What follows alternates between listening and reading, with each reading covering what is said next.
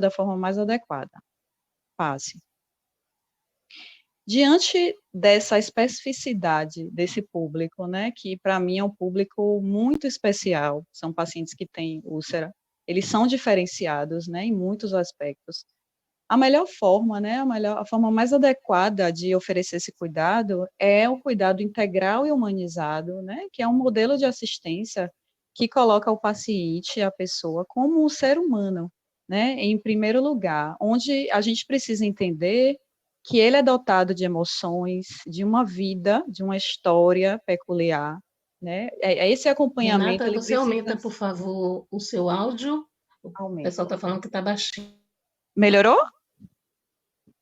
Sim. Pronto. Obrigada. Esse modelo, esse cuidado integral e humanizado, ele precisa ter o paciente, o indivíduo, como foco, né? Como em primeiro lugar, onde precisa ser lembrado, né, que ele é um indivíduo que vem com histórias, que tem emoções. Esse acompanhamento, ele precisa ser contínuo e precisa ser criado um vínculo de trocas, né, da equipe com o indivíduo. Passe.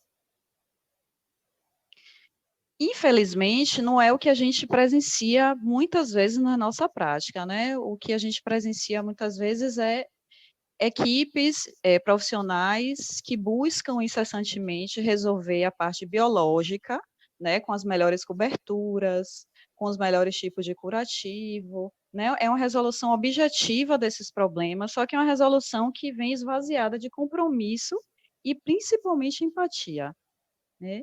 Então, é necessário que a equipe, os profissionais, eles façam essa reflexão, né? E diante desse universo de possibilidades, né, de atuação com esses usuários, né? Eles precisam ser enxergados, eles precisam ser compreendidos e não apenas ser fragmentados ou reduzi-los a meros pacientes, né, que são aqueles que esperam, aqueles que padecem, que recebem a ação do outro, que têm os seus saberes ignorados, né, então eles precisam ser compreendidos. Isso parece muito teórico, mas não é. Isso é completamente factível e é um exercício diário, né, passe. Diante dos relatos, né, que eu venho ouvindo e da minha experiência com esse público, o que é conviver com as feridas, né? É conviver com a dor, é conviver com o exudato, né, que muitas vezes causam constrangimentos, isolamento social, aspectos estéticos que desencorajam, né, a interação social. A gente ouve pacientes falando que não vão a uma festa, a um encontro de amigos com vergonha, porque está enfaixado, né, que a estética não ajuda. Prejuízo na sexualidade, tem muitos relatos nesse sentido. Baixa autoestima, depressão, isolamento social, né, que eu já citei um pouco, inabilidade laboral, muitos usuários eram ativos, né, antes de terem a úlcera, vergonha, prejuízo nas relações interpessoais, idas frequentes à unidade de saúde, prejuízo no equilíbrio corporal, porque muitas úlceras são de pernas, né, então acabam que geram uma instabilidade corporal, tem paciente que precisa fazer uso de muleta, que tem dificuldade para subir escada, andar, caminhar, e muitas vezes são úlceras bilaterais, né, restrições físicas, e além de encargos financeiros, né, tem indivíduos que até para fazer o curativo na unidade básica, ele precisa pagar um transporte, porque ele não consegue se locomover, né, e adquirir coberturas, materiais, enfim, passe. Diante disso tudo, o que é que a gente pode fazer, né, para poder oferecer uma melhor qualidade de vida e reduzir, né, toda essa questão aí desse que eu já citei, né? A gente precisa estar atento à evolução da doença, sim. A gente precisa estar atento à borda da ferida, ao leito da ferida, à troca de coberturas, com certeza, né, essa questão biológica é bastante importante. Pode passar. Mas, além disso, a gente precisa mudar esse foco da lesão para o indivíduo também, porque quando a gente olha para aquela lesão, a gente não está olhando o indivíduo, né? Quando a gente deixa de lado e fotografa apenas a lesão e o foco é a ferida, o indivíduo ele percebe. Chamar sempre a pessoa pelo nome, acho que isso é o básico, né? Realizar acordos, pode passar, desculpa. Realizar acordos e nunca imposições, né? Então, a terapêutica ela tem que ser proposta, né? Não adotar aquela postura de que eu sei, você não sabe, você vai ser o paciente, eu vou prescrever isso, você vai usar. Isso não funciona, né? Ouvir a opinião do cliente no tratamento e eles opinam porque eles conhecem, eles aprendem muito qual é a melhor cobertura, a cobertura que agiu melhor, o tempo de troca. Então, é sempre importante inserir esses usuários nesse processo, o respeito às crenças, né? Muitas vezes a gente ouve, eu não como camarão porque vai infeccionar minha ferida. A gente sabe que não vai, né? Se for algo esporádico, mas a gente precisa respeitar a crença, porque se ele acreditar nisso, de fato vai acontecer e vai causar um prejuízo para ele. Além de outras crenças, né? Ouvir a sua história com atenção, orientar sobre a terapêutica a ser utilizada, ele se sente importante quando a gente fala para ele por que, que a gente está usando aquela cobertura, por que, que a gente tem que reduzir a troca, e estimular a autonomia, porque isso precisa ser uma parceria. Passe. Trouxe aqui fotos da minha visita ao CTDV, que aconteceu essa semana, e para mim é o local onde resume tudo isso que eu falei. Né? A equipe é muito acolhedora, a equipe eles têm um tratamento diferenciado, humanizado e holístico, integral. Então a gente fica muito encantada quando visita esse centro e ainda bem que a gente tem esse lugar que a gente pode ter essa vivência.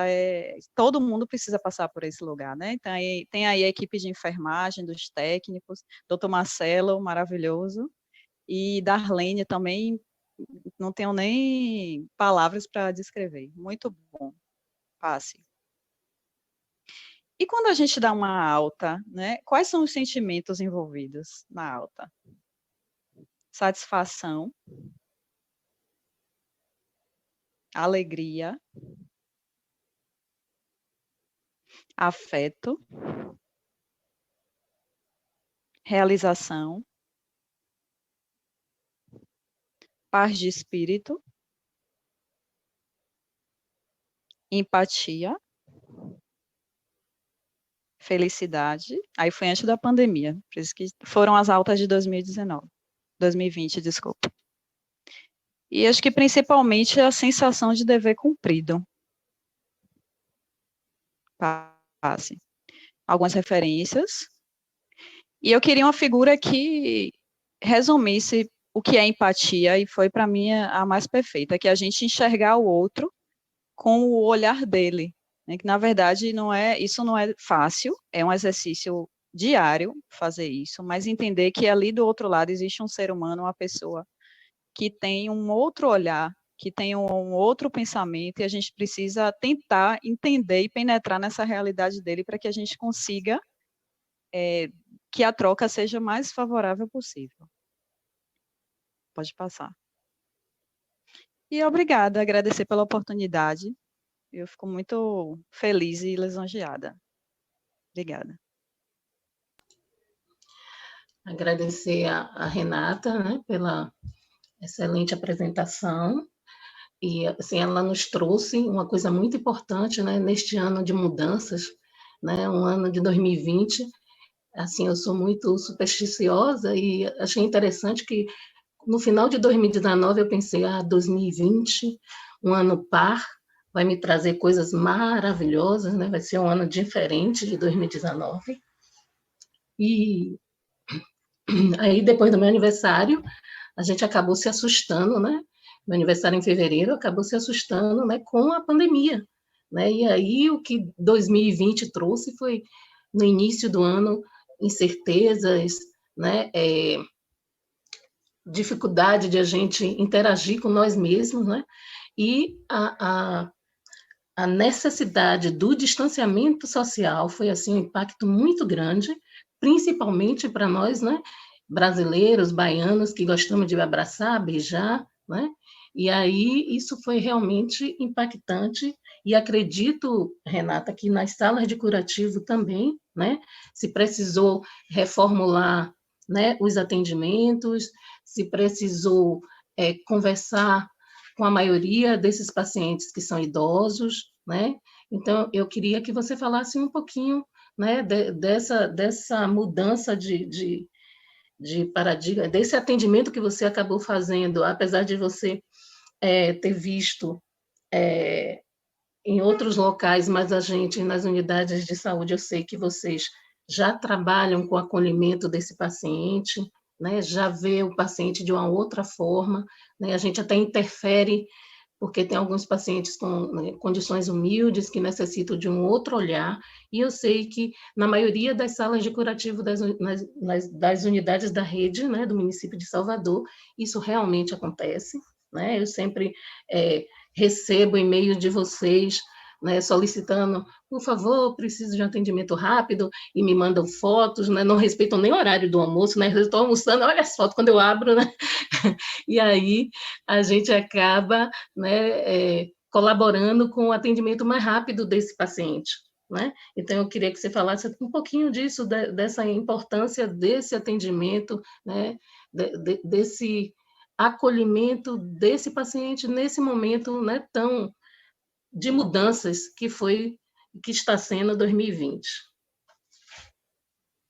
Na verdade, foi bem desafiador, né? Principalmente no início, eu fiquei muito perdida, né? No início, sem saber, porque nosso perfil de paciente lá de plataforma são pessoas que não conseguem fazer uma troca de um secundário em casa, porque as condições não permitem, mesmo a gente entregando material. São pessoas que têm muita restrição física, então eles não conseguem nem a maioria, né, nem fazer essa troca. Então, eu tentei, no início, diminuir essa frequência deles na unidade, entregando material para os que conseguiam, mas eu não vi uma evolução boa.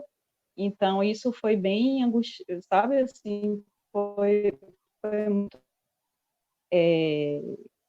foi angustiante, de fato, porque, poxa, eu vou colocar os idosos aqui, né, estando vulneráveis à pandemia, mas, ao mesmo tempo, se a gente não tratar dessa úlcera também, o que é que pode vir lá na frente, né? Então, a gente teve que superar isso e dizer, não, você vai continuar fazendo o seu tratamento aqui, né? A gente separou as cadeiras para que eles não ficassem juntos, porque, além disso tudo, da questão da pandemia, necessidade de isolamento e de distanciamento, mas os pacientes de úlcera, eles criam vínculo não só com a equipe, eles criam vínculos entre eles. Então, eles formam realmente uma comunidade. Então, isso foi muito complicado. Manter distanciamento, né, manter eles fora mais da unidade. Então, praticamente, isso a gente teve que se adequar com essa realidade e pensando no prejuízo que esse não tratamento das úlceras, essa interrupção da continuidade, poderia causar. Então, a gente teve que dar uma relevância muito grande para isso. Em nenhum momento a sala foi interrompida, o serviço foi interrompido, em nenhum momento a gente negou assistência, nem foi reduzido, muito pelo contrário. Então, hoje a gente tem atualmente na sala 22 pacientes que fazem uso de coberturas, e dizer que a gente não realiza que a gente consegue manter o distanciamento, eu estaria mentindo, né? Mas eu acho que a gente precisa se adequar a essa questão aí da pandemia e continuar acolhendo-os, porque acolhendo, né? O que a gente mais ouve lá é: aqui é minha diversão. Eu gosto de vir para cá. Eu fico aqui a manhã toda, horas esperando a minha vez, mas eu gosto, eu me sinto bem, aqui eu dou risada. Aqui tem um paciente que ele faz flores de papel e ele sai entregando. Então ele disse: aqui é a minha diversão. É o meu momento de lazer. E eu vi isso, é muito emocionante. É muito recompensador. Eu sou suspeita para falar. Sim, sim, é muito importante realmente, né? Você está sendo muito elogiada aqui no chat, né? Obrigada. Tem uma colega que Maires, eu acho que é Maires Ferreira, está dizendo que está se deliciando com o conhecimento e vai colocar em prática, né? Isso é importante, né?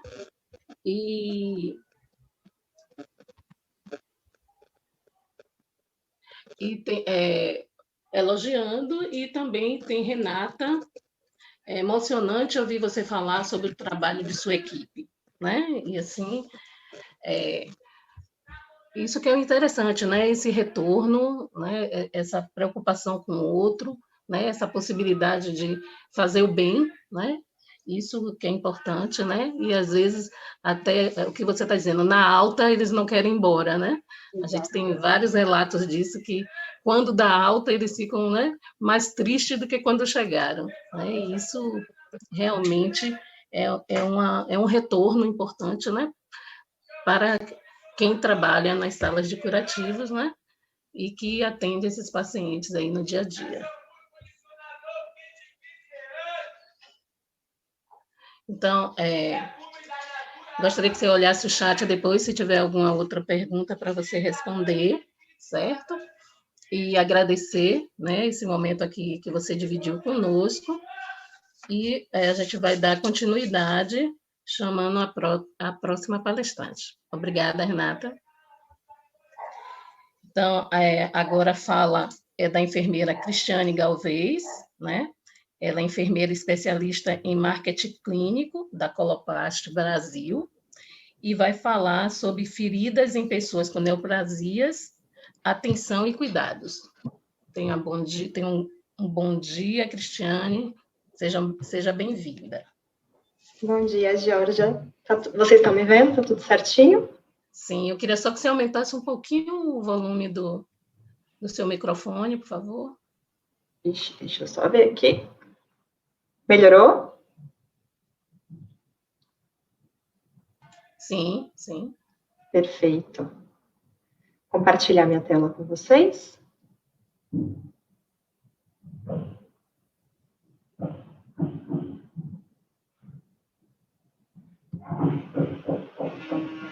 Bom dia a todos. Gostaria de agradecer o convite, né, para essa aula.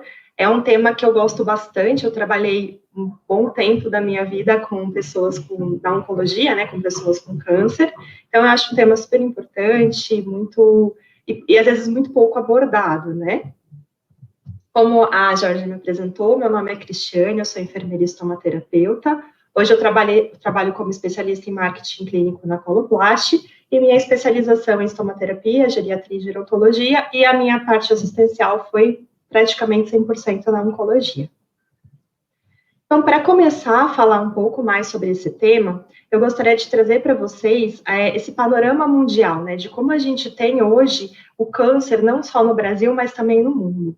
Então, quando a gente pensa nas pessoas com câncer, em 2018 saiu nos dados do INCA que houveram 18 milhões de novos casos de câncer. E hoje ele é a segunda causa de morte entre as pessoas. Pensando no Brasil, eu comecei na oncologia em 2010, já faz um bom tempo, e a gente, na época, falava em torno de 450 mil novos casos ano de câncer. E hoje, né, nesse novo triênio que eles lançaram, esse novo manual, eles falam em torno de 620 mil novos casos anos de câncer no Brasil. Né? Então, é um número bastante elevado, um número bastante crescente. Quando a gente pensar nos tipos de câncer, nos mais incidentes, então eu tenho, para os homens, ainda o câncer de próstata em primeiro lugar, e nas mulheres o câncer de mama. Existem algumas diferenciações no Brasil, então algumas regiões a gente tem o colo de útero em segundo lugar, mas pensando no Brasil como um todo, o câncer de colo em reto hoje é a segunda causa de câncer, e nos homens também, quando eu iniciei na oncologia, era câncer de traqueia, pulmão como segundo lugar, e hoje a gente também tem colo em reto ocupando o segundo lugar entre as causas de câncer, né, no Brasil. Pensando nos fatores de risco, houve uma mudança também. Então, quando a gente pega países de baixo IDH, a gente ainda tem as causas infecciosas como a principal causa de câncer. Então, a gente tem o Epstein-Barr, o Helicobacter pylori, o HPV como causas associadas ao desenvolvimento do câncer. Hoje, pensando no IDH mais elevado, né, e no Brasil isso também é uma realidade, a gente tem a ocorrência do câncer muito ligado aos fatores, aos hábitos de vida, né? Então, sedentarismo, obesidade, alimentação inadequada. E pensar nesses fatores de risco, eu falo que 80% a 90% dos casos de câncer que nós temos no Brasil e no mundo, né, isso segundo alguns estudos, está relacionado a esses hábitos e esses fatores de risco. Então, eu coloquei aqui essas informações, né, que também traz um pouco mais aprofundado esses fatores de risco, e eu vejo que nós, como profissionais de saúde, a gente tem um impacto muito grande, né, em orientar os nossos pacientes, em conversar com eles e estar sempre muito atento a esses fatores de risco no dia a dia deles. Então, a questão da obesidade, do sobrepeso, está muito relacionado ao aumento de risco, né, quando a gente pensa no câncer de mama, no câncer de cólon e reto. A falta de atividade física, né, então, praticar atividade física é um fator de proteção para que a gente previna o câncer. Uma alimentação rica em cereais integrais, vegetais, verduras, né, consumo de grãos também é muito importante. A gente sabe que, infelizmente, uma alimentação saudável não é uma alimentação barata e não é uma realidade para grande parte da população. Né? Você ter uma alimentação rica em verduras, frutas e cereais é uma alimentação cara, então nem sempre isso está acessível para toda a população. Evitar alimentos ultraprocessados, alimentos de fast food, né, alimentos muito condimentados, defumados, porque isso também está relacionado ao aumento do risco de câncer, principalmente do câncer de intestino, e a carne vermelha também. Atenção aos alimentos com excesso de açúcar, a bebida alcoólica também. A bebida alcoólica ela é muito relacionada aos cânceres de esôfago e de estômago. A amamentação é visto como um fator de proteção para as mulheres, a gente tem o câncer de mama como a principal causa, né? E a amamentação, ela é vista como um fator de proteção. E também sempre buscar um diagnóstico precoce do câncer. Então, saber que existem esses fatores de risco, né? E num sinal de alguma alteração, sempre procurar ajuda médica. Isso vai ajudar bastante no prognóstico dessas pessoas. E aí eu coloquei um pouco, eu achei interessante trazer para vocês como que ocorre a formação desse tumor, né? Então, a gente acha como carcinogênese, oncogênese. Então, como que são formados os tumores? Como que eles ocorrem no nosso organismo? Então, basicamente, o câncer ele não é uma doença única, ele é um conjunto de várias doenças que vai se manifestar de forma diferente, dependendo do órgão que foi atingido. E, em geral, a gente tem a fase de iniciação desse tumor, quando essa célula está sendo submetida a ações por agentes químicos, radiação ionizante, então a gente tem os raios ultravioletas, ação de vírus, como eu falei no começo, né, o Epstein-Barr, o HIV também, ele está relacionado a alguns tipos de tumores sanguíneos, como o linfoma, o Helicobacter pylori, relacionado aos cânceres de estômago. Então, a gente também pode ter eles como um fator de iniciação para a ocorrência de um tumor. A partir do momento que essa célula teve uma mutação no seu DNA, ela pode ter a ação dos oncogenes, e aí esse oncogene vai fazer com que ela tenha a promoção. Então, essa célula é bem sucedida, e se a gente continua tendo a ação desses agentes, ela pode ir para uma fase de progressão, que é quando eu tenho o tumor propriamente dito. Então, do que ocorre a iniciação dessa célula, ocorre essa mutação no DNA, o meu organismo ainda tem a possibilidade de sofrer uma apoptose nessa célula, ela morrer e não ocorrer a promoção e a progressão dessa célula tumoral. Mas pensando que essa pessoa vai continuar, às vezes, exposta a esse agente que levou a essa mutação, essa célula que teve essa mutação no DNA, ela vai progredir. E aí, com a progressão, a gente vai tendo a formação do tumor, que ele pode estar localizado, né, como nessa primeira foto, que aparece ali um tumor no pulmão, ou a gente, pensando que esses tumores, eles são muito vascularizados, existe uma chance muito grande dessa célula se desprender, cair na corrente sanguínea, e aí a gente vai ter as metástases. Quanto mais tardio for o diagnóstico desse tumor, maior geralmente o volume desse tumor, né? Então, quanto maior o tumor, maior o número de células e maior o risco e pior o prognóstico, né, para aquela pessoa que tem câncer. Então, quanto mais avançado, quanto maior o tumor, quanto mais ele está infiltrado nessas células, e se eu tenho ou não metástase, geralmente são fatores que vão me dizer se esse tumor vai ser tratável de uma forma mais fácil, né, se vai ter uma clínica melhor, ou se a pessoa vai ter uma progressão pior desse tumor. E aí, né, a gente pergunta, então, o que a gente tem de tratamento para esses tumores, né? Como que esses tumores seriam tratados? A gente tem basicamente 3 tipos de tratamento que envolvem as pessoas com câncer, e aí eu entro associando esses tratamentos ao risco de ocorrência de lesão. Então, a gente tem, basicamente, nos tratamentos, os tratamentos cirúrgicos, né? Então, eu posso ter a cirurgia para ressecção e para remoção desse tumor, quando isso é viável. Alguns protocolos é feito a quimioterapia antes da cirurgia, então eles falam que é feita uma quimioterapia neoadjuvante para que reduza o volume desse tumor e possa ser feita a ressecção cirúrgica, e pode também ser feito a radioterapia. Então, alguns protocolos vão associar a quimioterapia e a radioterapia, né? E algumas vezes não, a pessoa faz a cirurgia e a radioterapia. Como que vai ser definido esse protocolo? Então, existem nos estudos na oncologia diversos estudos que eles vão analisar o melhor prognóstico para aquelas pessoas que foram submetidas a determinado tratamento, e aí aquele que tem a melhor taxa de sobrevida, a melhor taxa de cura, geralmente é o indicado para aquele determinado tipo de tumor. Então, por exemplo, um tumor de intestino, eles têm uma sequência de quimioterápicos que é utilizado, que foi o que em estudos mostrou a melhor taxa de cura e a melhor taxa de sobrevida daquelas pessoas. A quimioterapia nem sempre ela vai ser curativa, a quimio, a rádio e a cirurgia.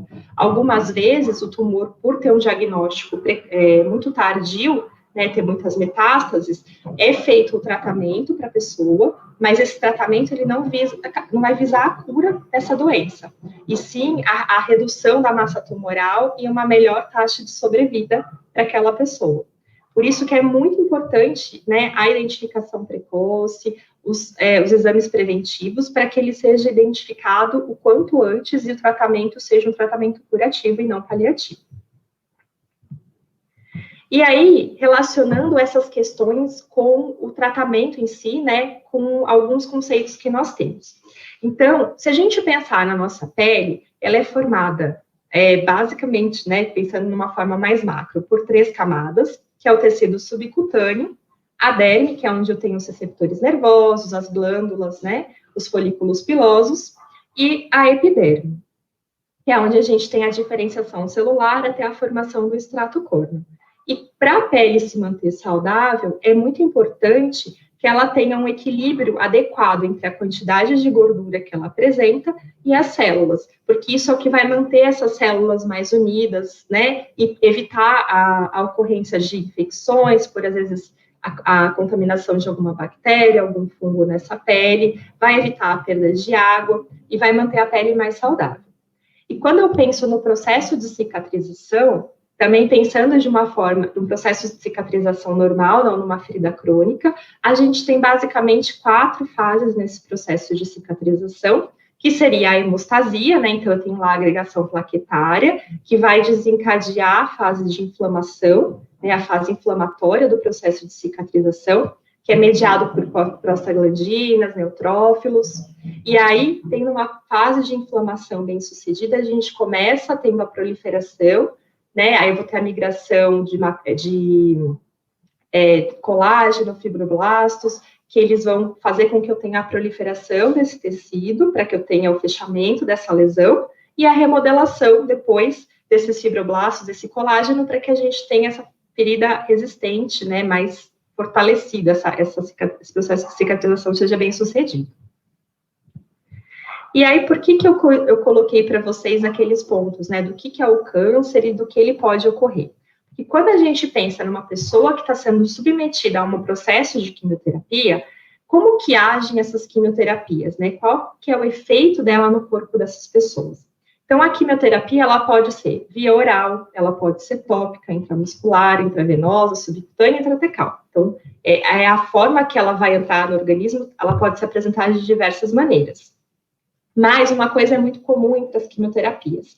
Em geral, como a célula tumoral é uma célula que perdeu ali a capacidade dela se gerenciar, então é uma célula que ela sofreu mutações naquele DNA, que faz com que aquele mecanismo de divisão celular seja perdido, com que a característica principal daquela célula seja perdida e ela deixe de executar a ação que era a função, né, orgânica daquela célula. Então, as quimioterapias, muitas delas, elas vão agir durante o processo de divisão celular. E se a gente pensar no nosso organismo, a gente tem várias células que estão o tempo todo se renovando. Então, as células sanguíneas, elas estão se renovando a todo momento, estão passando por processo de divisão celular, a nossa pele está se renovando, a nossa mucosa do trato gastrointestinal está o tempo todo se renovando. Então, quando essa pessoa é submetida a uma quimioterapia, o que vai acontecer? Não só essa célula tumoral, que está dividindo de uma forma rápida, vai sofrer as ações desse quimioterápico, mas também outras células que estão passando por esse processo de divisão celular também vão sofrer com essa ação da quimioterapia. Então, é muito comum que a gente observe uma fragilidade cutânea maior, a pele dessas pessoas fica muito mais ressecada, né? A gente percebe uma alteração, às vezes, na coloração da pele, um escurecimento na pele dessas pessoas. Elas ficam mais propensas a infecções, porque quando você tem a morte daquelas células que estão produzindo sangue, a gente tem, às vezes, queda de plaqueta, queda de neutrófilos, a anemia, então elas podem ter a redução, né, do HB, elas podem ter uma anemia por conta dessa ação que o quimioterápico vai ter nas células que estariam ali formando o sangue dessas pessoas. A gente pode observar em alguns protocolos de quimioterapia a queda de cabelo, também por essa toxicidade que ela tem, né, e pensando no bulbo capilar, então, dependendo se ela conseguir agir naquele local, ela vai levar à queda de pelos, à queda de cabelo. É comum eles apresentarem alterações do trato gastrointestinal, então, tanto eles podem apresentar uma constipação importante, quanto também episódios constantes de vômito e diarreia, o que vai levar a uma má absorção nutricional, a uma desidratação, muitas vezes, né? E também pensando em quem é essa população. Então, quando a gente pensa nas pessoas com câncer, a gente sabe que a idade também é um fator de risco. Então, muitas vezes eu tenho um idoso que vai ter as consequências dessa quimioterapia, que pelo próprio tumor, ele vai demandar uma ingesta calórica, às vezes, muito maior, mas ele não tem a vontade de comer, porque, às vezes, a dor, a náusea, o vômito, a diarreia vai interferir um pouco na alimentação dessas pessoas. E pensando também na população idosa, eles têm a tendência de reter menos massa muscular e ter mais massa gordurosa, né? Então, é muito comum que eles estejam com uma sarcopenia, às vezes, eles têm a perda da massa muscular e uma massa gordurosa mais presente. Então, todos esses pontos vão acabar, muitas vezes, interferindo no processo de cicatrização. Por quê? Porque para a gente ter um bom processo de cicatrização, eu tenho que ter a ação tanto das células sanguíneas ali agindo para que eu tenha a fase inflamatória, a remodelação, né, o processo do colágeno, da remodelação desse meu tecido, e também eu vou ter outras alterações de pele que fazem com que eles fiquem mais propensos à ocorrência de algumas lesões. Então, pensando na pele dessas pessoas, que vai ser uma pele mais seca, devido a esse ressecamento da pele, eles podem apresentar mais prurido, e aí o risco também, durante, às vezes, a coceira, de desenvolver algum tipo de lesão na pele deles. Podem apresentar aumento da pigmentação da pele, então um dos cuidados que nós orientamos nos pacientes em quimioterapia é o uso do protetor solar. Vão apresentar muitas vezes xerose, não só no corpo, mas existem alguns protocolos que levam a uma síndrome que chama síndrome mão-pé, e essa síndrome provoca um ressecamento intenso da palma da mão e da sola do pé, e é muito importante a gente hidratar a mão dessas pessoas, os pés dessa pessoa, para prevenir a ocorrência de lesões nessa pele. É muito comum que essas pessoas, quando estão fazendo a infusão da quimioterapia em acesso periférico, que eles apresentem, às vezes, flebite ou extravasamento. Então, dependendo do protocolo e do tempo de tratamento, essas veias vão ficando fragilizadas e, às vezes, eu não tenho ali o extravasamento visível naquele momento, mas a veia está tão fragilizada que, após a quimioterapia, eu percebo o endurecimento daquele vaso sanguíneo, o escurecimento do local onde foi feita a infusão da quimioterapia. A mucosite também é muito presente, principalmente nos protocolos de câncer de intestino. A gente observa muitos pacientes desenvolverem a mucosite, que é um dos fatores também que vai interferir na retenção dos nutrientes, porque aumenta, às vezes, o trânsito no trato gastrointestinal e acaba comprometendo a absorção. E a queda de cabelo também pode ser presente nessas pessoas. Então, pensando nos cuidados de enfermagem, o que a gente, em geral, orienta nas centrais de quimioterapia essas pessoas? Cuidado com a pele, então sempre manter a pele bem hidratada, protegida do sol, evitar o uso de sabonetes que sejam muito agressivos para essa pele. Você consegue aumentar um pouquinho, por favor? Ixi, já está no meu máximo. Já está no máximo? É porque tem algumas pessoas reclamando sobre o áudio. Som? Para mim tá normal, Georgia, o som dela. Tá, então. Eu vou tentar deixar mais perto. Certo, obrigada. Imagina. Então, voltando, desculpa, como cuidados de enfermagem, a gente sempre orienta, né, que as pessoas evitem o uso de sabonetes em barra e prefiram sabonetes líquidos, que geralmente têm o pH um pouquinho mais acidificado e vai agredir menos essa pele. O uso de hidratantes é bastante recomendado para evitar esse ressecamento, que pode ser também uma das portas de entrada para infecções de pele ou para lesões na pele dessas pessoas, né? Para as flebites e para a mucosite é muito utilizado nas centrais de quimioterapia o uso de chá de camomila para fazer bochechos. Em geral, a gente utiliza ele frio, porque eles, segundo vários estudos, eles auxiliam, né, na recuperação dessas células. E sempre muita atenção aos pés, às mãos das pessoas, porque algumas químios também vão interferir na sensibilidade dos pés. Então, a gente tem algumas químios com platina, né, ou para mieloma múltiplo, que elas alteram a sensibilidade, elas provocam uma sensação de formigamento. Então, ocorre também a alteração, às vezes, dessa sensibilidade, dependendo do tempo que essa pessoa está fazendo esse protocolo de quimioterapia, e é muito importante a gente manter esses pés bem hidratados, usar um calçado adequado e prevenir a lesão, né, nessas pessoas. Até porque lesões em pessoas durante o processo de quimioterapia, ela vai, às vezes, afetar o processo do tratamento, porque se for uma lesão colonizada, contaminada, algumas vezes é orientado à interrupção do tratamento para que seja feito o tratamento da lesão e depois a gente volte ao tratamento da quimioterapia. A cirurgia também, né, como eu falei, muitas vezes é feito quimioterapia, radioterapia antes desse processo cirúrgico. Alguns protocolos vão para a cirurgia direto e depois entram com quimio e rádio, e alguns tipos de tumores é indicado somente a cirurgia. E aí, o que eu coloco de ponto de atenção aqui, pensando também, nós como profissionais de saúde? Então, é um paciente que, quando ele descobre o tumor, muitas vezes ele vem com uma perda de peso importante, né? Então, é um paciente que pode estar com uma desnutrição proteica, geralmente são pacientes com idade mais avançada. Então, também é muito importante, porque o idoso, como eu falei para vocês anteriormente, muitas vezes ele tem essa alteração, essa perda de massa muscular e essa retenção, e esse aumento da taxa, né, da massa gordurosa no organismo. Então, é mais difícil a gente ter cicatrização onde a gente tem mais tecido gorduroso e menos músculo, né? Acaba sendo comprometido esse processo de cicatrização e o risco para uma deiscência acaba também aumentando.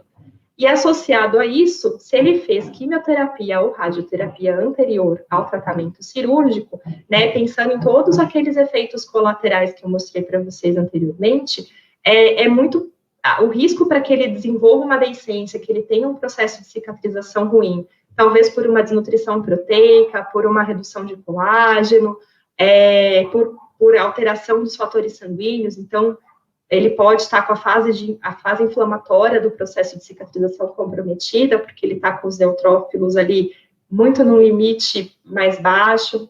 Algumas vezes também é feita a quimioterapia durante o processo cirúrgico.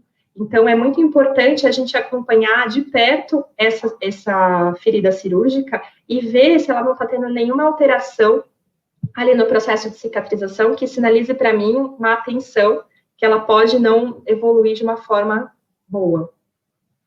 E aí, pensando nesse processo de cicatrização em risco, como eu falei, às vezes por plaquetas baixas, a radioterapia, ela vai interferir bastante também na migração dos fibroblastos, então, é muito importante a gente ver como que está esse processo de cicatrização. Quando eu atendia pacientes com estomias, é muito comum eles apresentarem deiscência da ferida operatória, a gente vê isso com bastante frequência, né? Como eu falei, por ação nessa fase proliferativa, então eu tenho um paciente que pode ter uma deficiência imunológica, pode ter uma desidratação ali associada, porque às vezes ele bebe pouca água, ou pela condição clínica dele mesmo, né? Ele está fazendo uso de agente citotóxico, por mais que ele tenha terminado a quimioterapia 1 mês antes da cirurgia, né, até que ela seja totalmente eliminada desse organismo, vai levar muito mais do que 1 mês. Então, é muito importante a gente acompanhar o processo de cicatrização dele, né, e também a questão nutricional. Então, ficar atenta, se for possível, antes dessa cirurgia, fazer uma avaliação nutricional dessa pessoa, ver como que tá, né, os fatores, como que está a parte nutricional, as vitaminas, tudo que possa influenciar nesse processo de cicatrização.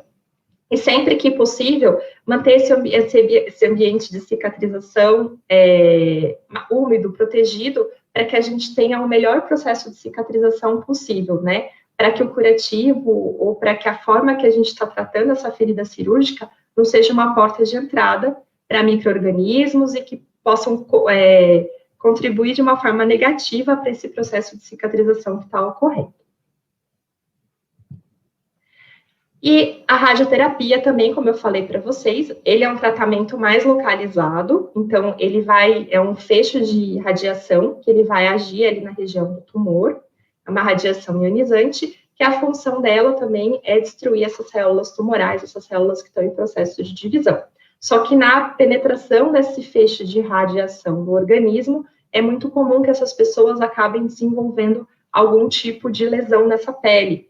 Então, a gente precisa ter uma atenção muito grande aos pacientes que estão submetidos à radioterapia, porque muitos deles acabam evoluindo com lesões de pele, né, como se fosse uma queimadura nessa pele.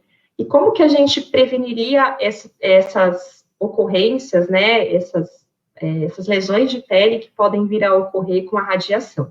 Então, é muito falado para que a gente faça uma limpeza suave dessa pele, tomar bastante cuidado, não pode usar nenhum tipo de bucha, nenhum tipo de abrasivo nesse local, onde é feita a radioterapia. Manter a pele hidratada é muito importante. A gente sempre não pode utilizar nenhum creme que tenha base oleosa antes da quimioterapia, mas após a quimioterapia ele pode ser utilizado. No protocolo de cuidados à pele em radioterapia de Barretos, eles utilizam para radiodermite, até coloquei aqui o nosso creme barreira, ele é utilizado para tratamento de radiodermite grau 2, como vocês estão vendo na foto. Na grau 3, a gente já tem o rompimento, né, da epiderme, mas eles também utilizam o creme barreira, e é muito importante a gente fazer a fotoproteção. Então, a região que está sendo radiada, ela não pode ser exposta ao sol, porque a pele já está bastante sensível, isso pode resultar em maior risco para essa pele e também agravar as lesões, né? Tomar bastante cuidado com o atrito, então, o próprio atrito da roupa que está sendo utilizado, e não utilizar nenhum tipo de substância química no local. Então, às vezes, a pessoa utiliza desodorante, ou se for homem, se for na região de face, algum produto após barba, então é indicado que eles não façam, né, tanto a tricotomia da barba, quanto o uso de agentes pós-barba, porque isso pode agravar e complicar o local, pode deixar a pele mais suscetível à lesão. Outros fatores também que levam essas pessoas a ter um maior risco de lesões de pele, então se a gente pensar nos tumores avançados, né, são pessoas que muitas vezes têm bastante dor, usam uma gama gigantesca de analgésicos, né, então a gente tem tantas vezes tricíclicos quanto a morfina sendo muito utilizado nesses pacientes. A imobilidade, então muitas vezes, não pelo fato da pessoa não poder se movimentar, mas pela dor que ela sente, pela perda de peso que ela apresenta, é muito comum esses pacientes se manterem na mesma posição, e às vezes eles têm até medo de mudar de decúbito, porque às vezes esse movimento provocava bastante dor neles. Então, a gente tem um risco bastante elevado em pessoas, principalmente em casos de tumor avançado, para o desenvolvimento das lesões por pressão, né, e sempre ficar atento, tentar dentro do possível, fazer um alívio da pressão local. Se não for possível a mudança do decúbito, que pelo menos sejam colocados aliviadores de pressão para as proeminências ósseas, né, dentro do que é possível e do que essa pessoa pode realizar. É muito importante que a gente tente aliviar, porque tratar depois uma lesão por pressão numa pessoa com tumor avançado, com dor, é bem mais complicado. Então, sempre tentar evitar essas lesões, com que elas ocorram, e saber que existe um maior risco para que eles desenvolvam essa lesão. E o último, que eu lembro que foi uma das coisas que me levou a procurar estomaterapia, né, eram as lesões oncológicas. Na época que eu comecei no setor de oncologia, tinham poucos estudos falando, hoje a gente vê um número bem maior de estudos falando das lesões oncológicas. Esse tipo de ferida tumoral, ela é de manejo bastante difícil, porque a gente tem desde feridas fechadas, né, até essa que é um sediamento 4, que já é uma lesão bastante profunda. Só que diferente das lesões que nós temos, que a gente sempre procura o melhor tipo de curativo para a gente levar ao fechamento dessa lesão, nas feridas tumorais, devido à mutação genética, né, as células mutadas que eu tenho nesse local, muitas vezes você não vai observar uma redução dessa lesão, ou uma epitelização, não vai observar a proliferação dessa lesão simplesmente pela ação do curativo local. Geralmente, as feridas tumorais, elas ocorrem em pacientes com tumores bastante avançados, que já têm uma desnutrição importante, e que quando a gente tem associado a isso a presença de células tumorais naquele local, o que vai fazer com que essa ferida tenha alguma evolução é justamente a ação do quimioterápico, né, quando ele chega naquela região, e está matando essas células tumorais para que aí as células que estão ali possam fazer um processo de cicatrização. Então, geralmente são pacientes com tumores bastante avançados, como eu falei, e o que a gente trabalhava muito nessas situações é como dar conforto para essas pessoas, né? Já que eu não vou conseguir fazer a cicatrização dessa doença, como que a gente pode trabalhar e dar conforto para essas pessoas, né, reduz o odor daquele local, controle a quantidade de exudato daquelas feridas, para que eles tenham uma condição de vida e uma qualidade de vida dentro da situação que eles estão passando. Então, na época, a gente utilizava muito o metronidazol para redução do odor, ele é bastante eficaz, mas uma das dificuldades que nós tínhamos na época, né, era o controle do exudato, principalmente durante a quimioterapia, que isso aumenta muito a exudação dessas lesões. Então, se vocês tiverem, como a gente sabe que as espumas hoje, elas têm uma capacidade de absorção bem superior, então, manter esse curativo, né, ocluído com um curativo que propicie isso, o controle, né, dessa exudação, e traga mais conforto para essas pessoas, né, a gente observa aqui a pele toda lesionada, bastante maceração, e também a questão do odor. Então, trabalhar bastante a questão do odor, como aliviar o odor dessas lesões para essas pessoas. A ferida oncológica, ela é muito complexa de manejo, porque muitas vezes também as cirurgias, quando a gente pensa nos tumores de cabeça e pescoço, elas são bastante mutilantes. Então, às vezes a gente vê lá a amputação da mandíbula, a amputação de parte da face. E é sempre muito importante, nós como profissionais de saúde, buscar no manejo, sempre pensando como que eu posso reduzir o odor dessas lesões, como que eu posso manter essa pessoa com um curativo que mantenha esse meio, né, mais, sem tanta exudação, sem tanta umidade, que isso vai trazer mais conforto para ele, e também a dor, né, muitas vezes são lesões bastante profundas e bastante dolorosas. Daí eu trouxe para vocês também esse estudo, que ele aborda o uso do Baiatan e ibuprofeno, que é um curativo que a Coloplast tem com infusão do ibuprofeno em lesões oncológicas, Cristina, como uma alternativa para dor. 2 minutos. Perfeito, era o último slide.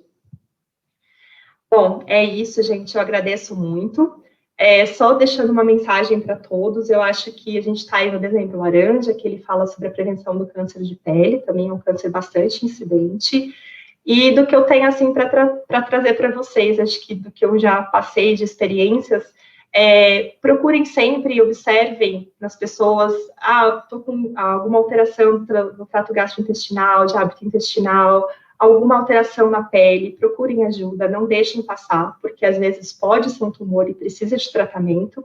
E assim, quando eu escolhi ser enfermeira, eu escolhi para tratar de pessoas. Então, sempre pensem na condição clínica dessas pessoas, né? Olhem ela como, ela não é uma ferida, ela é uma pessoa que tem uma ferida e tem N condições associadas. Então, é muito importante a gente olhar o todo, olhar a pessoa como um todo para tratar e trazer o melhor recurso possível dentro das nossas possibilidades. Agradeço muito, que são algumas referências. É isso.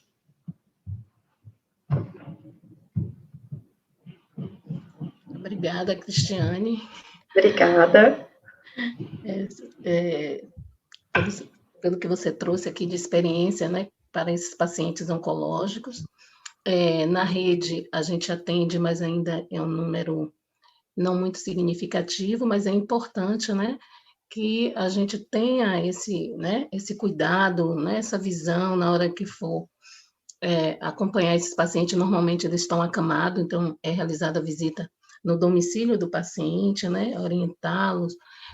Assim, achei bem importante o que você trouxe, né, em relação ao cuidado de enfermagem mesmo, né, que é o que mais se destaca aqui, né, de importância para nós, enquanto profissionais das salas de curativos. Tem algumas perguntas que Janaína vai estar passando para você responder, né? E vamos continuando. Janaína? Oi. Estão perguntando, Cristiane, se para pacientes que apresentam xerose a indicação de produto com ureia, né, 5% em quimioterapia. O que se indica para pacientes que têm xerose? Eu indicava, sim, para pacientes com xerose, produtos com ureia. A ureia, ela tem um pouco de acidez, então, assim, se for alguma região que tenha lesão de pele, ela tem que ser usada com muito cuidado, mas na época que eu trabalhava na assistência, a gente já utilizava uma pomada com ureia 10% para prevenção dessa xerose, principalmente nos pés e nas mãos, né? Mais até nos pés do que nas mãos. A gente utilizava bastante na oncologia, às vezes até no próprio corpo da pessoa, nas pernas, dependendo do grau de xerose que eles apresentavam. Mas eu tinha um excelente resultado para síndrome mão-pé no uso desses produtos, quando a gente utilizava produtos com ureia 10%. E como fazer o uso do metronidazol? Mais de uma pessoa perguntou como é que fazer o uso do metronidazol para o controle do odor. Perfeito. O metronidazol, ele pode ser usado de diversas formas. O que eles indicam, em primeiro lugar, é o uso do metronidazol tópico, a pomada tópica. Na minha época de assistência, a gente não tinha o metronidazol tópico. O que eu tinha era a apresentação creme vaginal. Então, algumas vezes, quando o hospital não tinha disponível, eu utilizava o metronidazol creme vaginal para o controle de odor e também tinha um bom resultado. Algumas pessoas contraindicam o uso do creme vaginal porque eles falam que ele tem estimuladores para epitelização e que isso poderia levar a uma proliferação dessas células tumorais também. Como os casos que eu tinha de tumor de tumor aparente, eram casos muito graves, eram pacientes paliativos, lá eu optava pelo conforto dessas pessoas, utilizando o creme que eu tinha disponível, ao invés de aguardar um tópico e não ter um resultado ali, manter a pessoa com bastante odor na lesão. Pode ser usado também o comprimido de metronidazol macerado na lesão, ou com solução fisiológica para fazer a irrigação. É isso? Isso. Achei interessante, Cris, você está falando do uso do creme de barreira nos pacientes de rádio. Eu queria que você falasse mais um pouco, porque a gente tem o creme de barreira, né? E assim, achei bastante interessante nesses pacientes, né? Eu queria que você reforçasse o uso, como é que ele pode ser trabalhado dentro das unidades. Perfeito. Eu achei bastante interessante também quando eu vi esse uso, né? Lá no passado a gente usava muito chá de camomila e ele ainda é bastante utilizado para radiodermite, só que tem um protocolo do Hospital de Barretos que eles fazem o uso do creme barreira Ele vai fazer uma barreira que vai proteger aquela pele após, né, o processo de radioterapia. Então, ele é aplicado para pacientes com radiodermite já grau 2, 3 e até na radiodermite mais avançada, grau 4. Eles utilizam como forma de proteção dessa pele. O cuidado que as pessoas têm que ter é que ele não pode ser utilizado antes da radioterapia. Então, ele é aplicado após, para proteger essa pele. Como ele faz ali uma película de proteção, não está bem explicado nesse protocolo qual é o mecanismo de ação do creme, mas mostra que ele teve bons resultados na proteção dessa pele. Né? Eu acredito que por ele formar uma película, uma barreira ali, ele acabou protegendo a pele e ajudando na recuperação da pele das pessoas em radioterapia.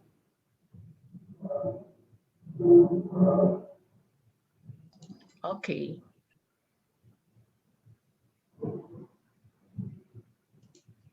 Jana, tem mais alguma pergunta? Eu posso só acrescentar o que a Cristiane falou. Aqui, inclusive, em Salvador, já temos 2 hospitais padronizados o creme barreira nessa intenção. Para radiodermite, prevenção e tratamento. Eu queria só, se puder já começar.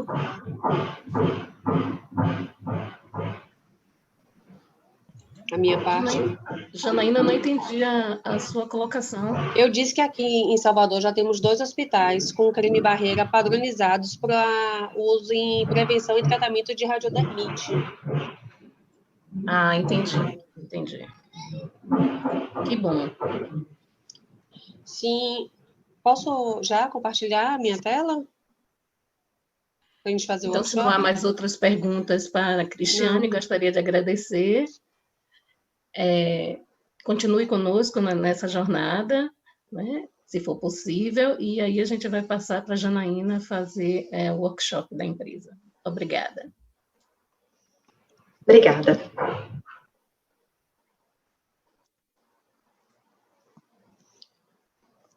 Bom dia, sou Janaína, sou enfermeira assessora técnica da Tecnovida, sou enfermeira especialista em dermatologia, enfermagem dermatológica e gerontologia, e vamos falar hoje um pouquinho sobre quais são as soluções coloplásticas que nós temos aqui na prefeitura, né, para vocês. E o que a gente tem de desafios, geralmente, no tratamento de feridas, que é o excesso e acúmulo de exudato, né, bordas maceradas, né, maceração, escoriação, perilesão. E é o que vocês geralmente encontram no dia a dia. Muitas feridas, úlceras de perna, muitas feridas crônicas nas unidades básicas de saúde. E os espaços mortos, né, o que a gente chama de gap, aquela área entre a ferida e os curativos, né, que vai levar a uma reação em cadeia, que é o acúmulo de exudato, né, que vai fazer, né, esse exudato vai formar, como a gente diz, aquela piscininha de micro-organismos que vai levar à maceração e vai levar ao atraso da cicatrização. E isso vai provocar maceração, perilesão e infecção. E vocês acham que isso pode levar a algum impacto na cicatrização? Por que isso pode complicar no dia a dia? Será que isso é uma realidade para vocês?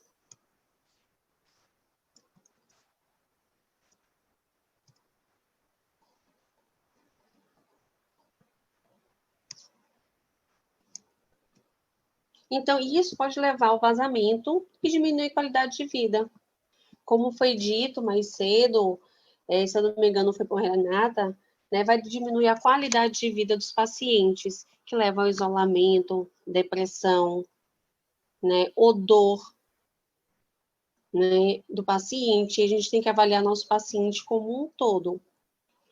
E para isso a gente traz nossa tecnologia 3D Fit, que vai preencher o espaço, reduzir o acúmulo de exudato, onde a gente vai, a nossa espuma vai se conformar ao leito da ferida fazer uma absorção vertical e reter o exudato através do nosso Baiatan AG, que vocês têm na unidade, né? Nós temos o Baiatan AG 10x10, onde nós vamos ter 0,95 miligramas de prata por centímetros quadrados. Ele vai ser indicado para feridas exudativas, então feridas que têm difícil cicatrização, feridas colonizadas, feridas estagnadas. Então, a maioria das feridas de vocês geralmente são desse perfil, né? Então, feridas que têm atraso na cicatrização, que são colonizadas, críticas, infectadas, a gente pode utilizar o Baiatan AG. Então, ele vai combinar esse meio úmido com a liberação sustentada de prata.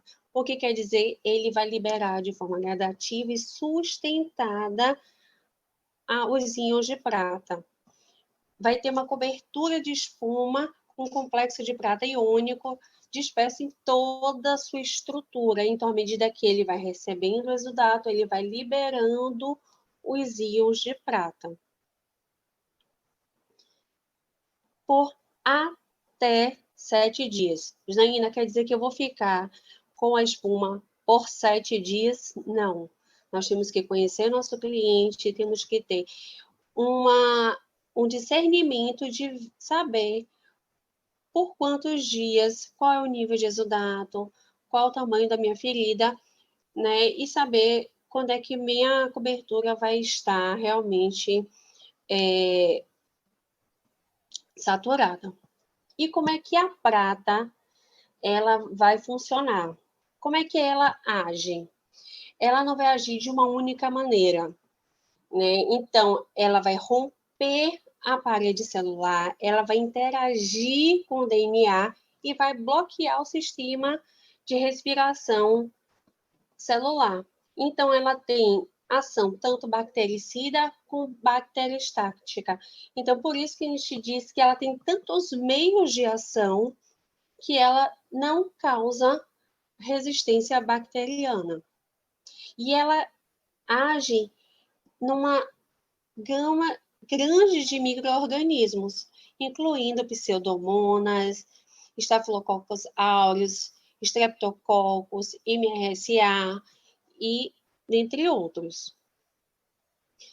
Né? Nós temos a patente europeia de liberação sustentada da prata. A Intalcoloplastia é a única empresa no mundo que possui essa patente por até 7 dias. Aqui mostra como é a liberação da prata, então ela vai ter um pico nas primeiras 24 horas, mas ela mantém a liberação da prata por até 7 dias. Quanto tempo que fica o curativo? Não são 7 dias, mas por até 7 dias, então eu tenho que ter o discernimento de quanto tempo eu uso. Então, vocês vão ver aqui como é que funciona. Então, se eu tenho um curativo, eu vou botar a cobertura.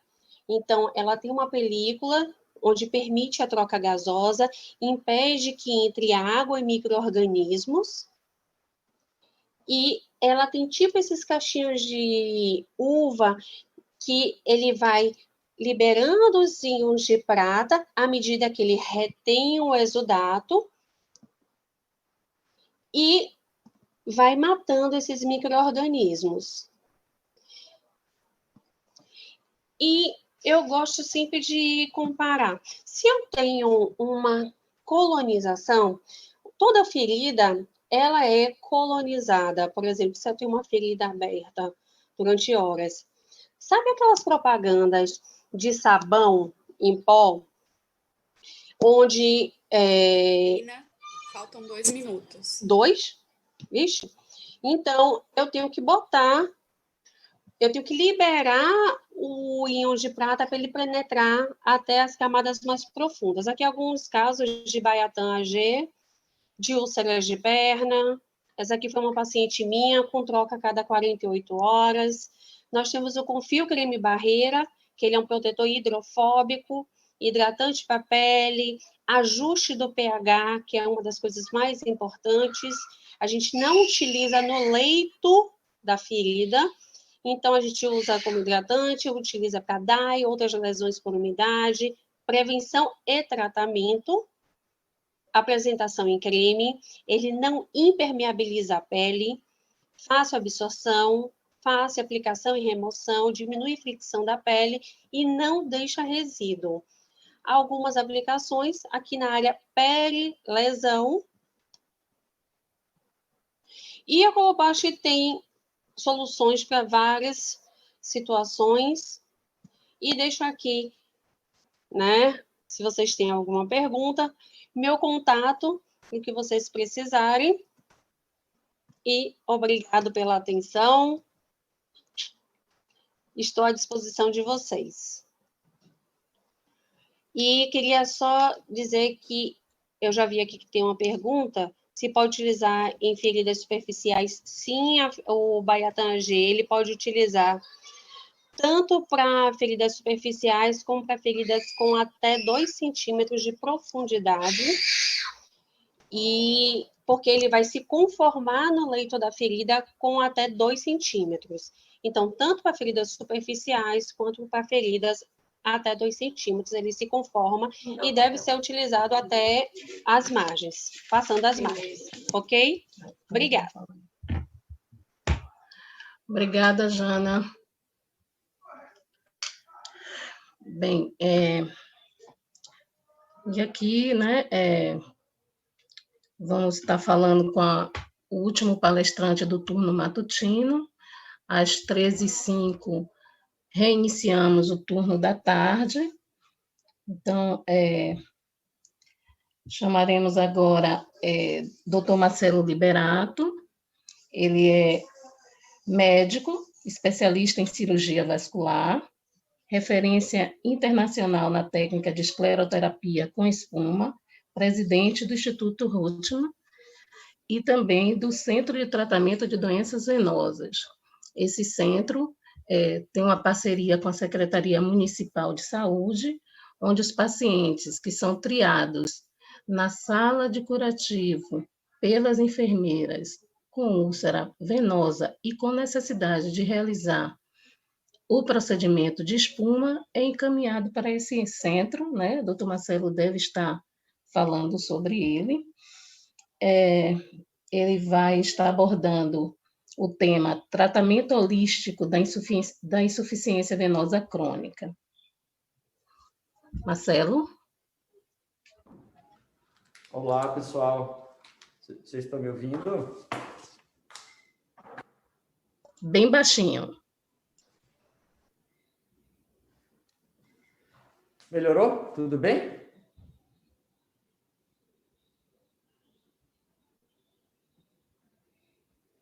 Um pouquinho mais alto só, Marcelo. Só um minuto, viu? Vou tentar melhorar. Bom. É que eu tô com a máscara, vou tentar melhorar, que eu tô no hospital. Bom dia a todos. Tá certo. Só um segundo, gente.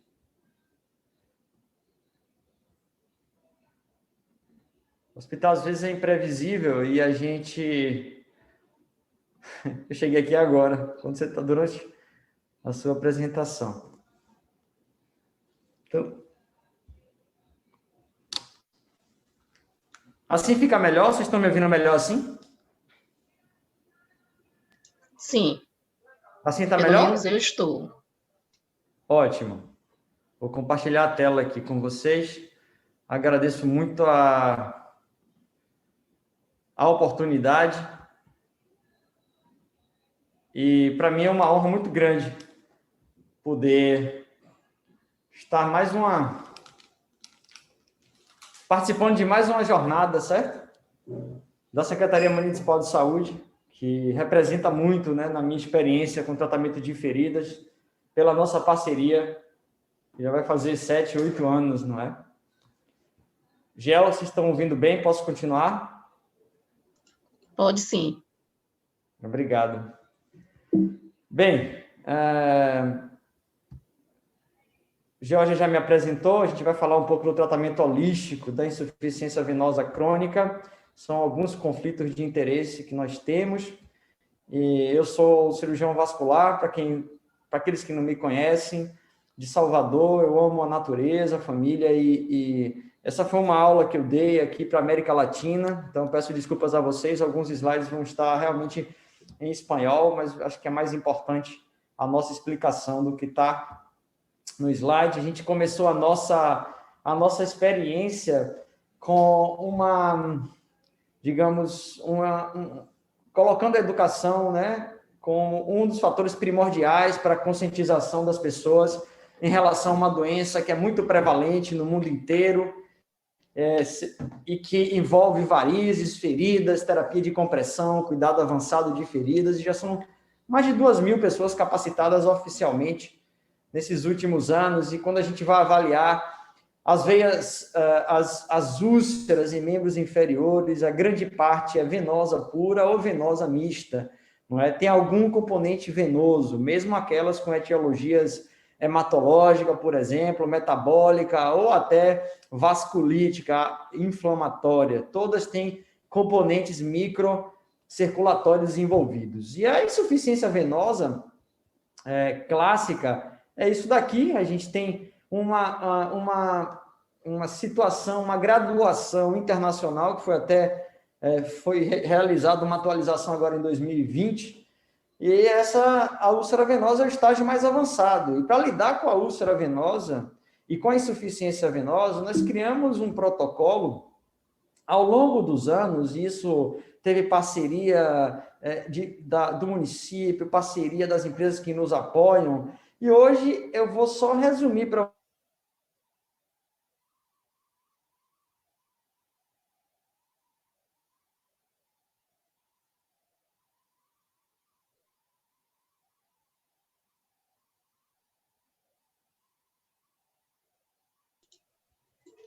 Marcelo, não estamos te ouvindo.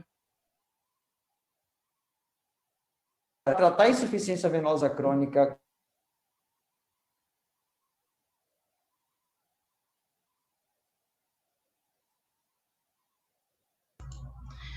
Marcelo, dê uma parada aí no seu slide.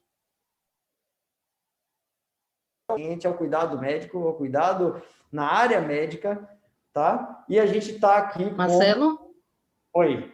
Está Alô? tendo umas paradas aí, os 2 últimos slides a gente não conseguiu ouvir. Tá, só um minuto. Tá. Vou tentar melhorar isso agora. Vocês estão me ouvindo bem agora? Sim. Ótimo. O que eu falei é isso. É um projeto que nós começamos há 7, 8 anos para tratar a doença venosa crônica avançada em parceria com o município. E o enfoque holístico pensa não só em quem paga a conta, digamos assim, quais são as fontes pagadoras, né? Mas também o acesso desse paciente. E o acesso ao cuidado médico, a atenção integral e a educação estão totalmente relacionados. Você veja uma foto aqui com Sandra Gargu, em 2013, no primeiro treinamento que nós fizemos, e depois aqui em 2019, continuando a treinar a rede municipal para selecionar bem os pacientes, tá? E também para fazer principalmente a boa terapia de compressão. Então, já são mais de 800 pessoas treinadas nesses últimos anos. Isso faz parte de um cuidado holístico também. E hoje nós temos acesso a um centro altamente especializado, que muitos das pessoas que trabalham no município já passaram por lá. E esse cuidado especializado, ele é um cuidado que faz toda a diferença se a gente tem uma equipe multidisciplinar. É o terceiro ponto.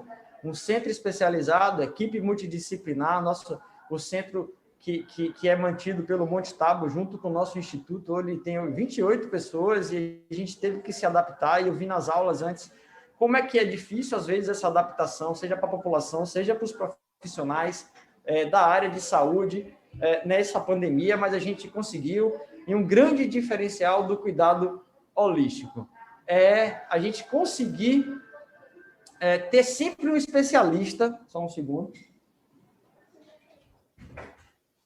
a gente ter sempre um especialista presente durante o processo. No nosso caso, é um cirurgião vascular, todos os dias da semana, com Doppler, que vai dar um correto diagnóstico, e isso faz também que o paciente tenha o cuidado específico correto e necessário para diagnosticar e para acompanhar ele. E, às vezes, o tratamento avançado de feridas, como nesse caso aqui, por exemplo, está relacionado a esse cuidado específico, a esse cuidado avançado e especialista, digamos assim, do especialista. O quarto ponto hoje nós contávamos antes da pandemia com a apoio psicológico, hoje estamos tentando dar esse apoio via telemedicina para os pacientes que são deprimidos. E, claro, durante a pandemia, mais do que apoio psicológico, a gente fez algumas campanhas de doação de máscaras, orientações para a população, doação de cesta básica, porque nós sabemos que o paciente com ferida, como já foi dito em algumas falas anteriores, ele não pode esperar, independente da etiologia da ferida. Ele tem que receber um atendimento. E a prática no cuidado holístico especializada, como eu falei antes, é importantíssimo. No nosso caso, vocês já sabem o que a gente utiliza, a grande maioria de vocês, a espuma, que a gente consegue tratar pacientes com essas doenças venosas e varizes extremamente avançadas, assim como a gente consegue tratar pacientes não só com uma doença avançada, mas pacientes com idade avançada, que antes não tinham uma chance com terapias um pouco mais invasivas, tá? E quando tem ferida, a nossa jornada é sobre feridas, a gente pode associar o tratamento das veias simultaneamente com o tratamento das feridas, e isso faz com que, juntamente com a terapia compressiva, que nós utilizamos as botas de Unna desde o início, e hoje nós continuamos utilizando a velha e boa bota de Unna, em alguns casos específicos, outros materiais, que é a terapia compressiva com velcro, e associando a orientação já de um amigo fisioterapeuta, alguns, digamos assim, exercícios específicos e a fisioterapia para que esse membro não perca a função. Então, graças a Deus, em relação ao cuidado específico das feridas, eu devo aqui, obviamente, em público, agradecer às empresas que continuam nos apoiando na crise, né? E nesse caso aqui, 2 trabalhos, um relacionado à Coloplast global e outro relacionado à Convatec, que foram publicados esse ano, fruto de um trabalho de parceria e a busca pela ciência nos momentos mais difíceis, que são os momentos de crise que a gente mais cresce. Então, aqui é um exemplo de uma paciente com a síndrome pós-trombótica, uma empresa que nos apoiou muito também no passado, e é a Mônica. Essa paciente, vocês vejam que ela não tinha que receber aplicação para varizes, porque ela tinha uma obstrução de todas as veias profundas, praticamente, jovem, com muita dor. A gente usou, no caso dessa paciente, material da Mônica, e vocês vejam aqui a evolução 3 dias após o correto desbridamento. Isso já foi dito. Uma ferida muito complexa e que a gente consegue, com o correto protocolo, fisioterapia, compressão e cuidados com as feridas, nós conseguimos uma redução significativa em apenas 2 meses. Vocês vejam praticamente cicatrização, uma área de 56 centímetros quadrados, vai para 0,1, 1 centímetro e 25 em apenas 1 mês. Isso é muito importante, essa é a evolução detalhada dessa ferida, e isso é o que a gente busca. E essa paciente ela estava um pouco deprimida, ela precisou corrigir o peso com a nossa nutricionista, recebeu um apoio psicológico, e mesmo durante a pandemia, no início da pandemia, a gente conseguiu cicatrizar bem, um sorriso no rosto dessas pessoas não tem preço. E essas são feridas complexas, e o cuidado avançado de feridas, às vezes, leva a gente à grande necessidade de um diagnóstico correto com essa paciente com a síndrome pós-trombótica gravíssima, mas varizes também, síndrome pós-trombótica recanalizada, mas principalmente varizes e insuficiência arterial. Essa é uma ferida clássica com insuficiência arterial associada à ferida venosa, que é muito importante. Essa fase de desbridamento é essencial, mas a gente tem que ter muito cuidado, mesmo com anestesia, o protocolo que a gente usa de anestesia, você veja que a paciente no final sente dor e pode acontecer um acidente. Eu mostrei esse vídeo para vocês prestarem atenção.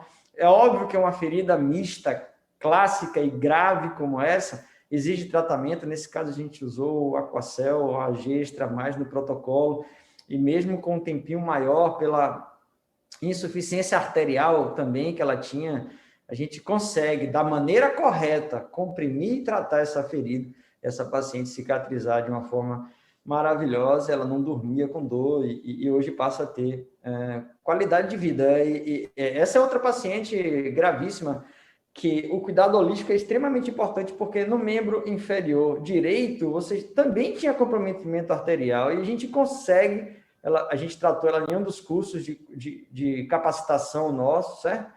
Com ferida bilateral, e às vezes se faz necessário um diagnóstico. A gente queria até discutir, Georgia, com a rede nossa, onde é que nós poderíamos mandar essas biópsias, sabe? Para fazer um diagnóstico, um laboratório de patologia clínica que ajude aquelas pessoas que estão junto do município, para a gente dar mais diagnóstico e conseguir resolver mais rapidamente a vida dessas pessoas. Nesse caso também, o Aquacel AG+, esse caso a gente publicou naquele trabalho agora recente, uma série de casos maravilhosos, e no Journal of Wound Care, e aí vocês veem o pé esquerdo com uma ferida menor, mas não menos complexa, extremamente complexa, dolorosa, com infecção profunda. Vocês veem a evolução em 60 dias, é muito boa, e claro, o lado mais complexo às vezes demora um pouquinho mais, mas a gente consegue ver que em um mês a gente consegue tratar bem essa infecção, tratar bem esse biofilme, controlar isso, fazendo com que a gente tenha um resultado extremamente favorável. Nunca esquecer, a enfermeira que está na frente de uma sala de curativos, ela tem que pensar no desbridamento agressivo e no desbridamento também detalhado, para que a gente possa ter, como foi apresentado mais cedo no nosso protocolo. Isso é extremamente importante. Um resultado como esse, uma paciente em 12 semanas, é extremamente aceitável, ela continua, a paciente continua cicatrizada, e ela tinha 38 anos com essa lesão. Então, isso aqui só foi possível porque nós temos todo um protocolo holístico, senão não seria possível. Agradeço também a Coloplast aqui com o Baiatan, é um grande aliado para esses casos mais graves, certo? Que exigem cuidados e complexos, e tratamento complexo de ferida, e quando a gente tem as veias associadas, como nesse caso aqui, é extremamente salutar. A gente vê que extremamente estimulante também, você pegar uma paciente como essa, com 54 anos apenas, mãe solteira de 2 filhos, que não pode parar de trabalhar. Então, isso faz parte de uma visão holística, de uma visão extremamente diferenciada, individualizada, humanizada do ser humano. Então, eu não posso dizer, pare de trabalhar porque ela precisa sustentar a família, diarista.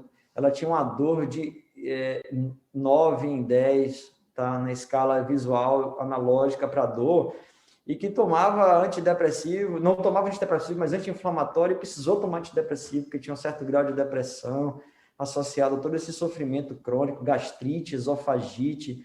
Mas se a gente faz aquilo que eu já expliquei antes, trata a veia, comprime bem, faz o tratamento avançado de feridas.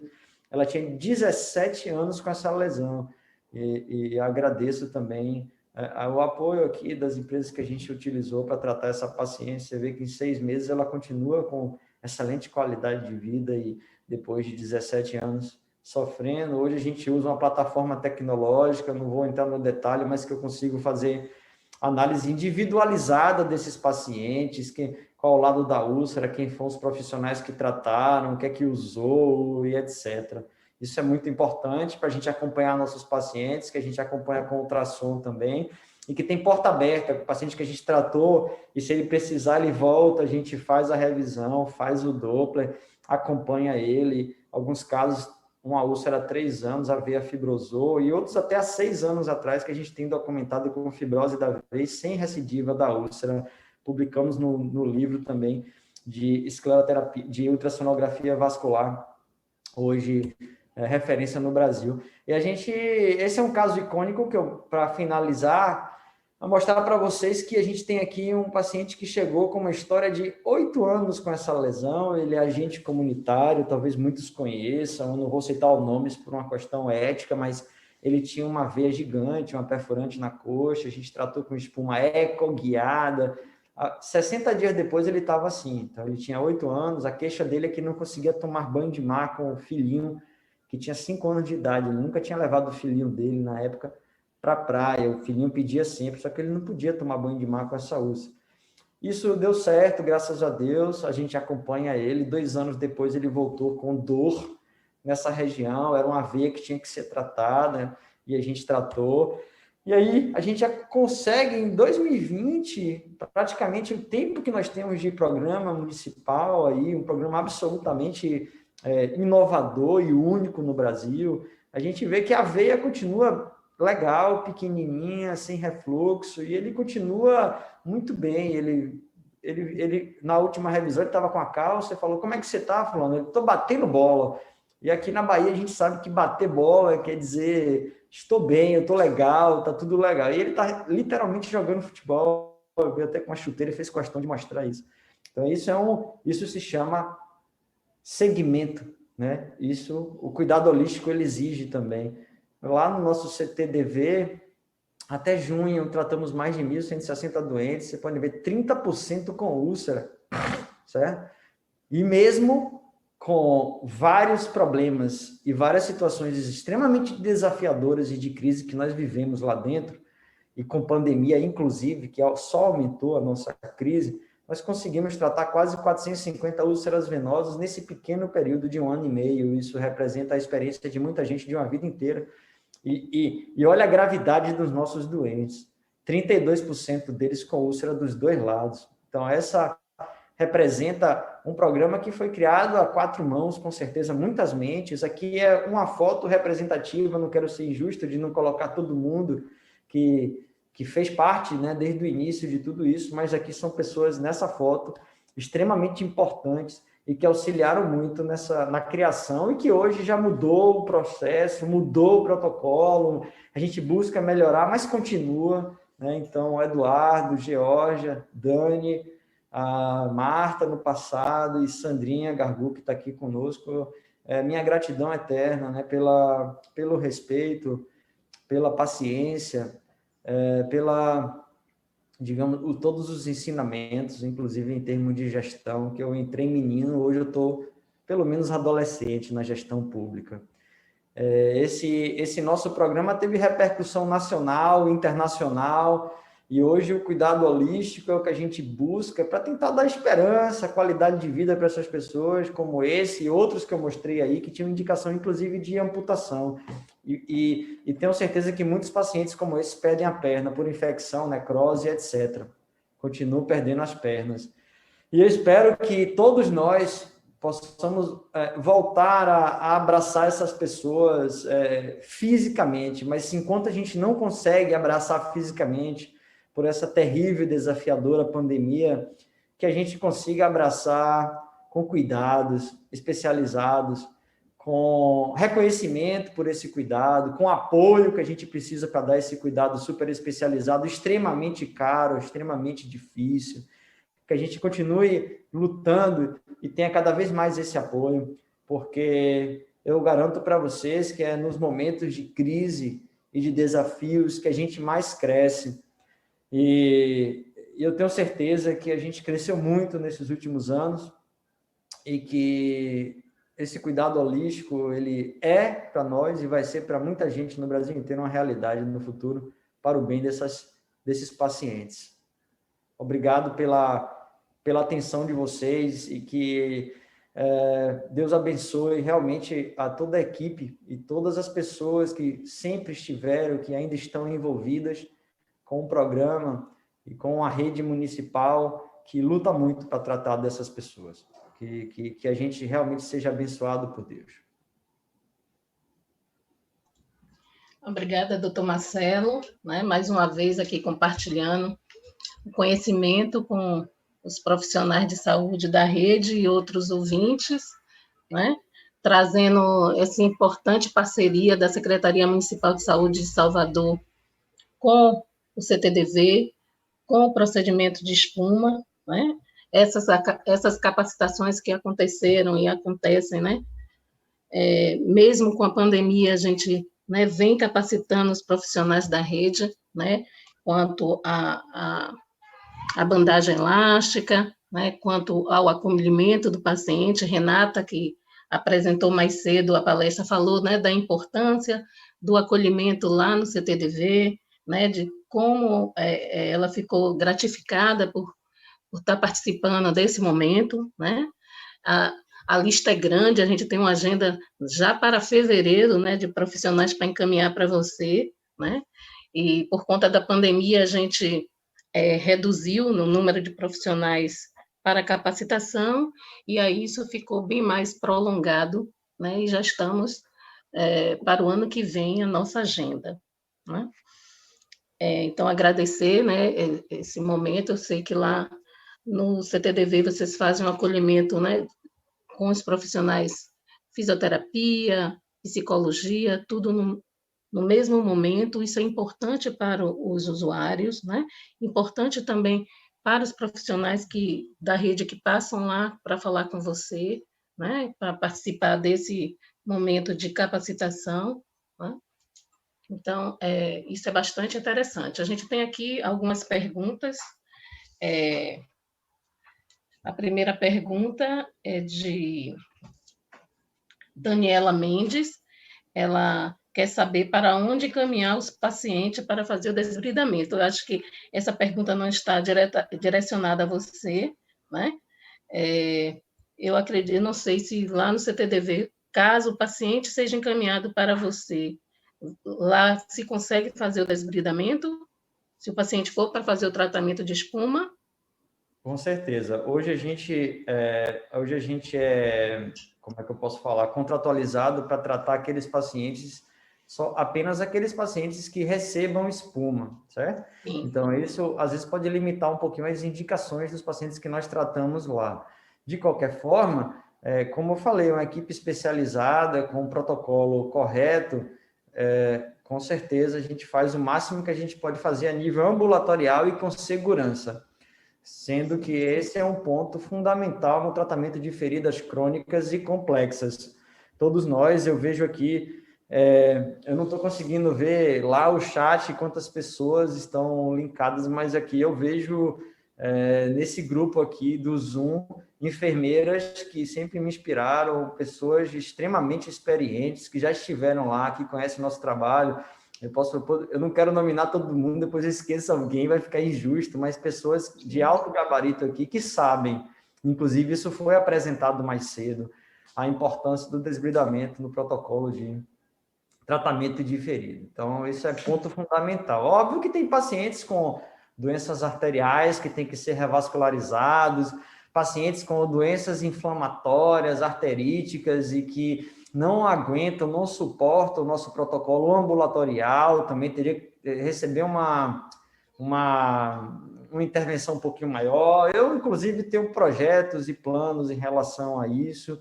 Vamos ver se o município, no futuro, pode estar abarcando isso daí também, para que a gente possa, Georgia, aí ampliar mais ainda, né, aqueles 20% de pacientes que são graves para todos nós. Eu fico imaginando quem está lá na unidade, como Renata Reis, que apresentou aí, outros colegas, né, eu chamo de colegas, porque todos nós estamos no mesmo bar, que recebem pacientes complexos. Como seria legal, né, ter uma unidade, não só o CTDV, mas, sei lá, que conseguisse oferecer um pouquinho a mais do que algo que a gente consegue no ambulatório. Vamos para frente, mas é muito importante e é possível se fazer muito. Desculpe estar usando a máscara, pessoal, porque eu estou no ambiente hospitalar e eu não me sinto à vontade de tirar a máscara nesse momento, de alto fluxo aqui. Mas muito importante, sim, o desbridamento e possível. A medida certa é usar máscara mesmo, Marcelo. A Patrícia Barbosa está perguntando qual tem sido o tempo médio de espera para a inclusão no CTDV. Hoje, Patrícia, eu não tenho muito controle sobre isso.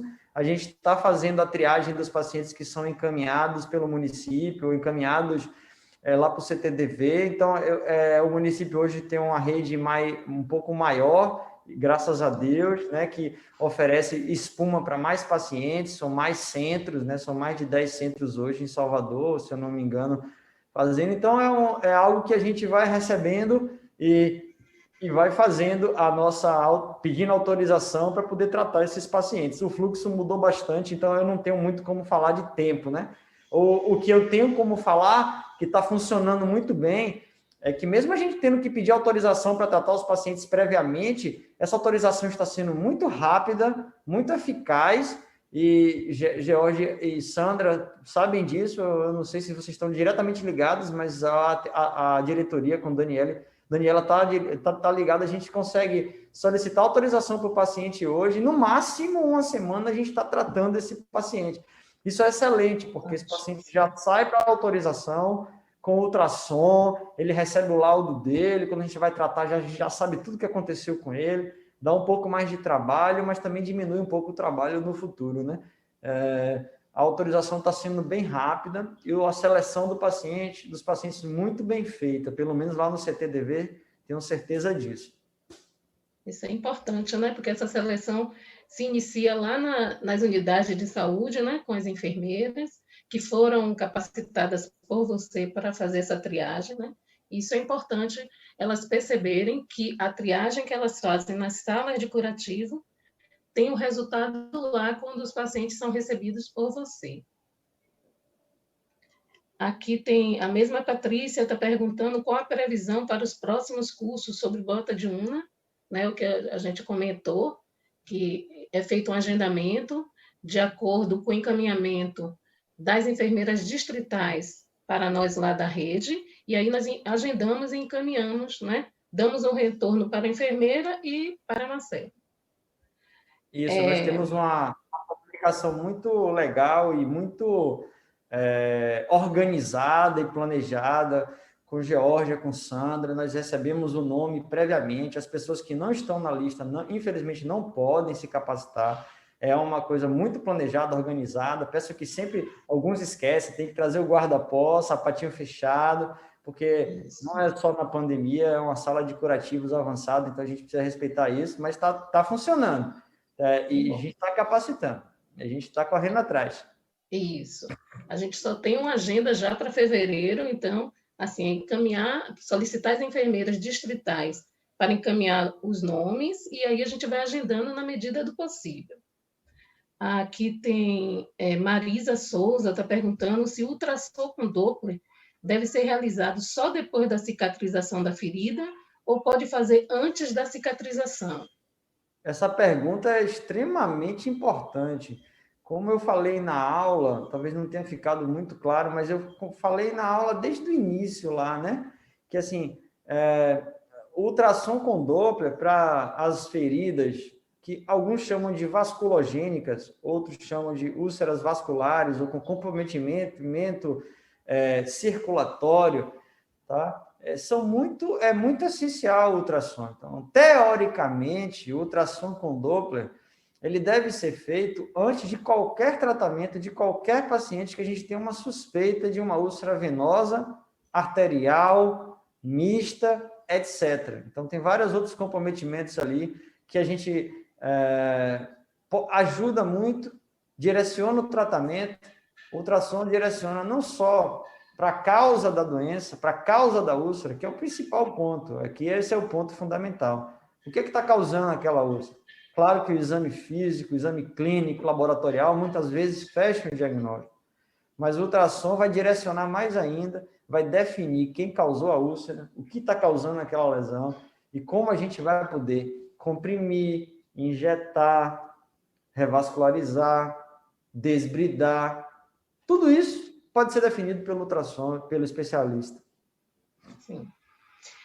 Tem muitos elogios no chat para a sua palestra, Marcelo, e Luciene Souza está perguntando se o paciente com elefantíase, eu acho que é com escara aberta, educativa, pode usar o Vistan. É isso? Eu acho que a pergunta é essa. O quê? O Vistan? Eu não conheço. Assim, o paciente com insuficiência linfática crônica e grave e que tem ferida, recebemos até uma ontem no CTDV, que nós cadastramos, solicitamos autorização, porque tem veias, insuficiência linfática e ferida.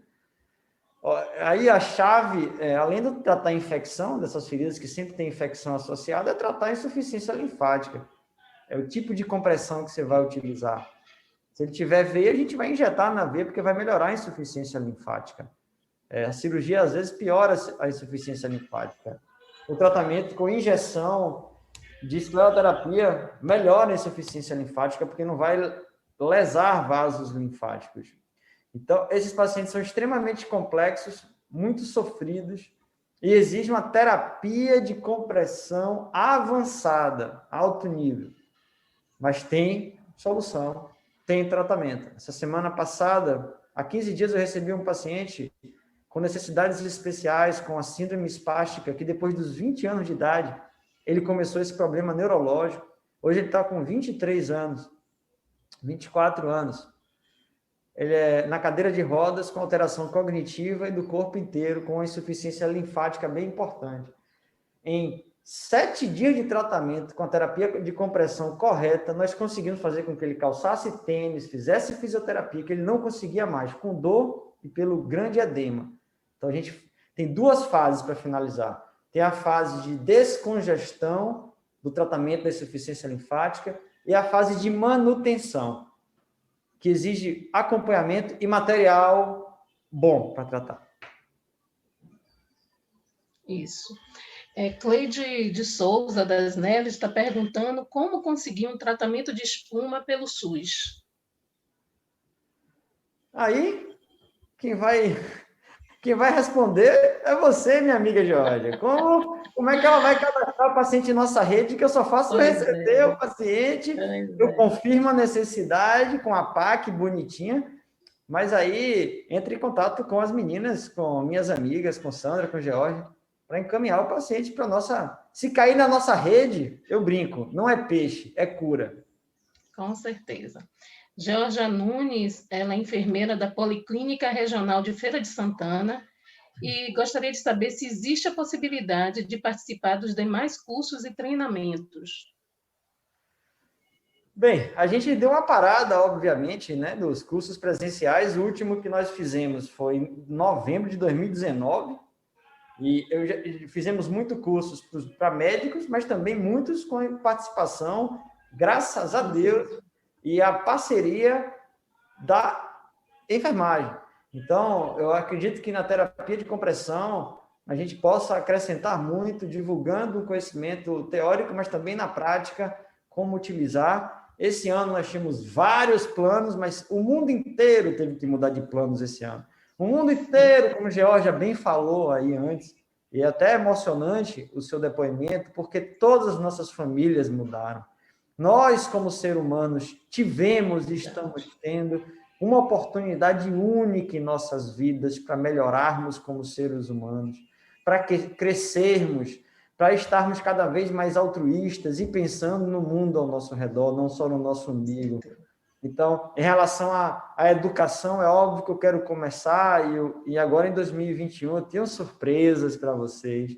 Não posso falar ainda porque surpresa não se conta. Em relação surpresas. à terapia de educação médica continuada, na área de saúde continuada, porque é fantástica e essa é a nossa base. A educação, a gente consegue mudar o mundo. E como eu falei, o mundo está sendo chacoalhado por esse vírus, essa coisinha pequena, invisível e tão letal e tão perigosa. E que a gente aproveite isso para realizar, não só no ambiente, nossa família, mas principalmente dentro de nós, né, as modificações que a gente precisa. E, claro, as modificações práticas, não só de autoconhecimento, mas como é que eu vou continuar ensinando vocês ou dividindo experiências com muitos de vocês? Aí a gente está se aparelhando para isso, né? Que a tecnologia é tudo. Para finalizar, há 2 meses atrás, mais ou menos, eu transmiti 2 casos ao vivo para um congresso internacional, onde nós tivemos 12 palestrantes em 2 dias, com 12 casos ao vivo em 2 dias. Um deles foi lá no CTDV, um paciente com varizes e uma paciente com úlcera. E é um congresso que envolvia Europa, Estados Unidos e América Latina, de um amigo meu que organizou. Foi muito gratificante, porque a gente montou uma infraestrutura, Georgia, que com menos infraestrutura do que aqueles cursos que a gente fazia para 50 pessoas, 100 pessoas, a gente atingiu 2.500 pessoas ao vivo durante a transmissão do caso ao vivo. Muito importante. Então, imaginem, pessoal, como as nossas possibilidades de troca de experiência, como esse congresso agora, que eu estou no ambulatório, eu atendi um bocado de gente, daqui a pouco eu vou vendo gente aqui no hospital, como essa tecnologia está nos fornecendo possibilidades de aprender e se atualizar, certo? Sem tanto problema. A parte prática é um detalhe, mas a gente chega lá. Com certeza. Então, agradecer mais uma vez, Marcelo, né, a oportunidade de estar aqui com você, e você está trazendo, né, essas importantes contribuições. Se for possível, convidar você para participar do Momento à Tarde, né? E...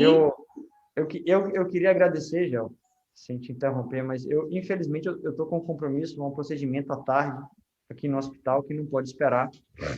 Então, infelizmente, eu não vou poder participar do Momento à Tarde, mas queria agradecer, mandar um beijo aqui, porque eu estou vendo Janaína, Viviane, Sandra Gartu, Poliane, Carolina Portugal, todas as minhas queridas amigas que eu conheço e que lutam com a gente, para você, para a Sandrinha, Jó, e dizer que Obrigada. foi uma honra para mim ter participado dessa jornada. Eu me sinto, né, parte dessa história com o município nesses últimos anos. Aprendi demais com vocês, certo? Aprendo. E Viviane já delatou aqui, mas... Vou falar. Hoje é aniversário dele. Oh! Mas tá aqui no dia do aniversário, compartilhando aí com a gente esse show de conhecimento. Merece os parabéns. 16 de dezembro. Né? Isso. Deus continue abençoando você imensamente, transmitindo aí luz por onde passa, por todas essas vidas que passam por você. E é um orgulho imenso para a gente poder caminhar ao seu lado. Pode ter certeza disso. Com certeza. Admiração e gratidão eterna. Eu que agradeço. Mora no nosso coração, você sabe. Eu que agradeço a vocês e digo que é um grande presente de aniversário para mim poder estar participando dessa jornada hoje. Um dos presentes do meu dia é esse. Vou trabalhar intensamente hoje, é uma quarta-feira, e agradeço de coração. E já vou dizer que agora, em dezembro, a gente vai ter no Unis International, que é uma revista que é extremamente acessada, talvez a mais acessada do mundo, online, a revista só online, um trabalho sobre tratamento holístico de feridas, que a gente conseguiu publicar. Deve estar saindo agora no mês, eu vou mandar para a Geórgia, mandar para vocês, que é bem legal. E, mais uma vez, gratidão, que Deus abençoe a todos nós, se cuidem, os profissionais de saúde que estão lidando com pacientes com ferida e que não podem esperar a pandemia acabar, são pessoas dignas de respeito, assim como todos aqueles que estão aqui no hospital, nas UTIs, nas emergências, cuidando, nós fazemos parte disso, e eu peço muito a Deus que nos proteja e que a gente continue seguindo essa missão tão linda e que exige tanta dedicação. Um beijo no coração de vocês, muito obrigado por tudo. Outro. Um feliz dia, Marcelo. Bem, gostaria de agradecer aos nossos palestrantes, né, pela troca de conhecimento, bastante didáticos e elucidativos, aos nossos cursistas que participaram ativamente do chat e que nos assistiram e nos assistem, os profissionais dos vários distritos que compõem a cidade de Salvador, aqui o distrito Barra, Brotas, Cabula, Cajazeiras, Boca do Rio, Itapajipe, Itapuã, Pau da Lima, Subúrbio, São Caetano, Centro Histórico e Liberdade. Além de estudantes como a Ana Cristina dos Santos, que é do Colégio Costa e Silva, e obrigada a todos, né, as empresas parceiras que estiveram conosco esta manhã e que vão continuar pela tarde.